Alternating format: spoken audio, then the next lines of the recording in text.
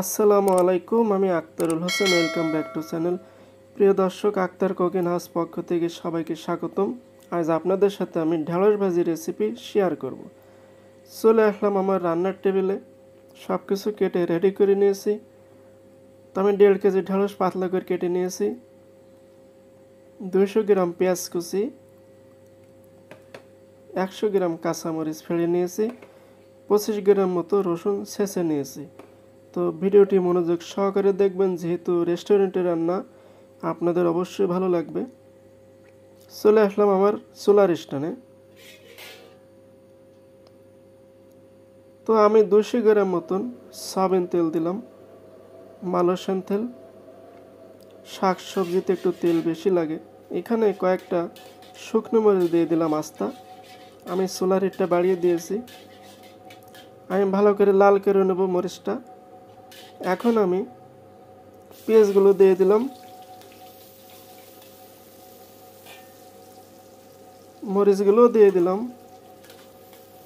তো এখন আমি রসুন কুচিটা দিয়ে দেব। তো আমি এখন ভালো করে লাল করে নেব।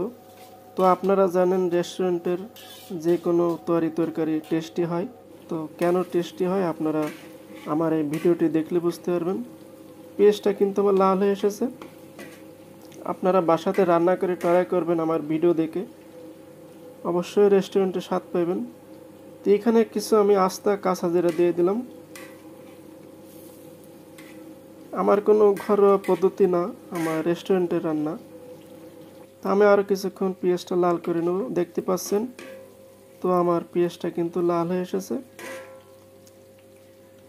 তো এখন আমি আধা চা চামচ হলুদ দিয়ে দিলাম, ভালো করে মিক্স করে নেব।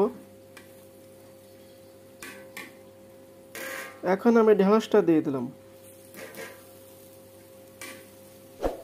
এখন ভালো করে আমি মশলার সঙ্গে ঢেঁড়সটা মিক্স করে নেব। আমার চুলার হিটটা কিন্তু মিডিয়াম রয়েছে, বেশিও না কমও না। বেশি হলে ভাজি পুড়ে যাবে, এবং যদি কম থাকে তাহলে ভাজি ঝরঝরে হবে না। এখন আমি আধা চা চামচ টেস্টিং সল্ট দেব এবং পরিমাণ মতো লবণ দিয়ে দিলাম। এখন আমি নেড়ে চেড়ে মিক্স করে আমি ভাজিটা রান্না করে নেব। আপনারা মনোযোগ সহকারে দেখবেন। তো দেখতে পাচ্ছেন আমার ভাজিটা কিন্তু 50% হয়ে গেছে। আমি আরও কিছুক্ষণ রান্না করব। আপনারা বাসাতে এভাবে রান্না করে ট্রাই করবেন।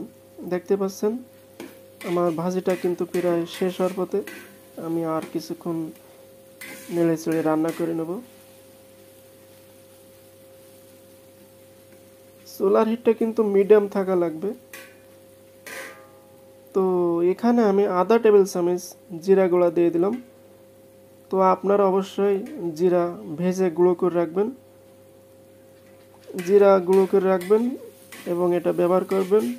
অবশ্যই তরকারি সুস্বাদু হবে।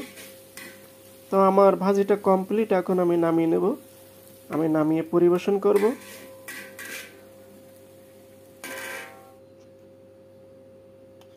তো প্রিয় দর্শক, দেখতে পাচ্ছেন আমার ঢেঁড়স ভাজি রেসিপিটা তৈরি হয়ে গেল। তো আমার রেসিপিটা যদি ভালো লাগে অবশ্যই কমেন্ট করে জানাবেন এবং বেশি বেশি শেয়ার করবেন। এবং নতুন নতুন রেসিপি পেতে আমার চ্যানেলটি সাবস্ক্রাইব করুন এবং পাশে থাকা বেল আইকনটি বাজিয়ে দিন সবার আগে ভিডিও পেতে। তো আজকে ছিল আমার ঢেঁড়স ভাজি রেসিপি। আজকের মতন এখানে বিদায় নেব। সবাই ভালো থাকেন, সুস্থ থাকেন। আসসালামু আলাইকুম, আল্লাহ হাফেজ।